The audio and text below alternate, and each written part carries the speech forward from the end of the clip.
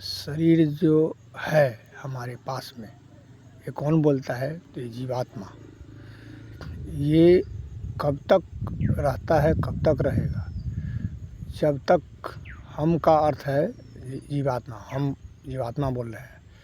हम तो कहीं से तो आए हैं, फिर कहीं जाना पड़ेगा। ऐसा बात नहीं है जो सब दिन रहेगा। फिर हम इस शरीर से जो इतना अशुभ कर्म करते हैं, पाप कर्म करते हैं, किसी को पीड़ा देते हैं, फिर उसका इंजाम तो उसका जो है सो कुछ तो माने होता है मजदूरी।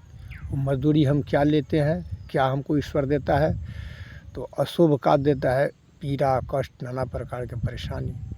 और जो शुभ कर्म करते हैं उसका क्या देता है? तो सुख, सौमनस्यता, घर बार इत्यादि सब कुछ ये सब देता है। फिर हम क्यों नहीं इस शरीर लेकर के अच्छा काम करते हैं? जो हम अशुभ कर्म करने में, पाप कर्म, किसी को पीड़ा परेशानी देने में ये समय बिता देते हैं। समय तो हमारा पीछे लगा हुआ है, आगे पीछे हर जगह समय है। हम कब तक जो है सो समय को छोड़ते चलेंगे? समय आने पर बस तुरंत हमको इस काल पुरुष जो है सो लेके माने इस शरीर से निकाल देता है और हम अनंग हो जाते हैं। फिर हम कहीं जो है सो अपने कर्म का भोग भोगने चले जाते हैं। चाहे ईश्वर कुत्ता योनि में छोड़ दे, कुत्ता बनो, इधर उधर अपना पाप कर्म का भोग भोगो, या बिल्ली या भेड़ या गाछ पात इत्यादि पेड़, ये सब तो जीव ही है। तो जो कर्म किए हैं उस योनि में हमको भेज देते हैं।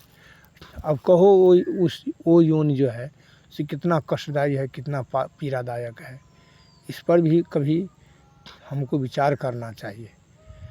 लेकिन ये शरीर ही ऐसा है, इसको कहा गया है मायामय शरीर।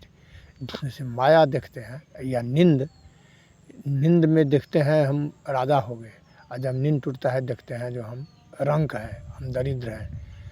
ऐसे ही इसी को तो माया कहते हैं।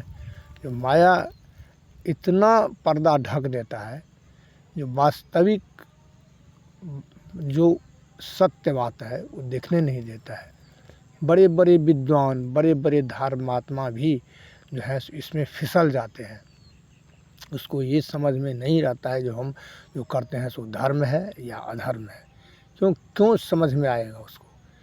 जब वो जो है सो अपना माने ये आत्मनिरीक्षण नहीं करेगा, आत्मविमर्श नहीं करेगा, आत्मशोध नहीं करेगा।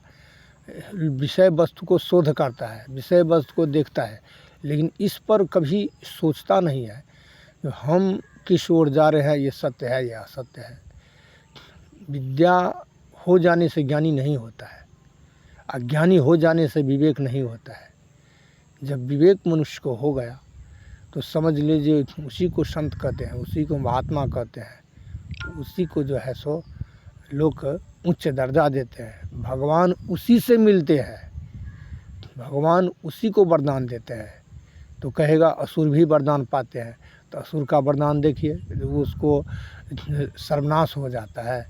और जो इधर लोग इसी महात्मा और ज्ञानी है, उसका वरदान जो है सो लोग को कल्याण करने में तत्पर रहता है, लोग को उससे सुख ही सुख मिलता है। तो अंतर तो यही है। अब हम अपनी वाणी को विराम देते हैं।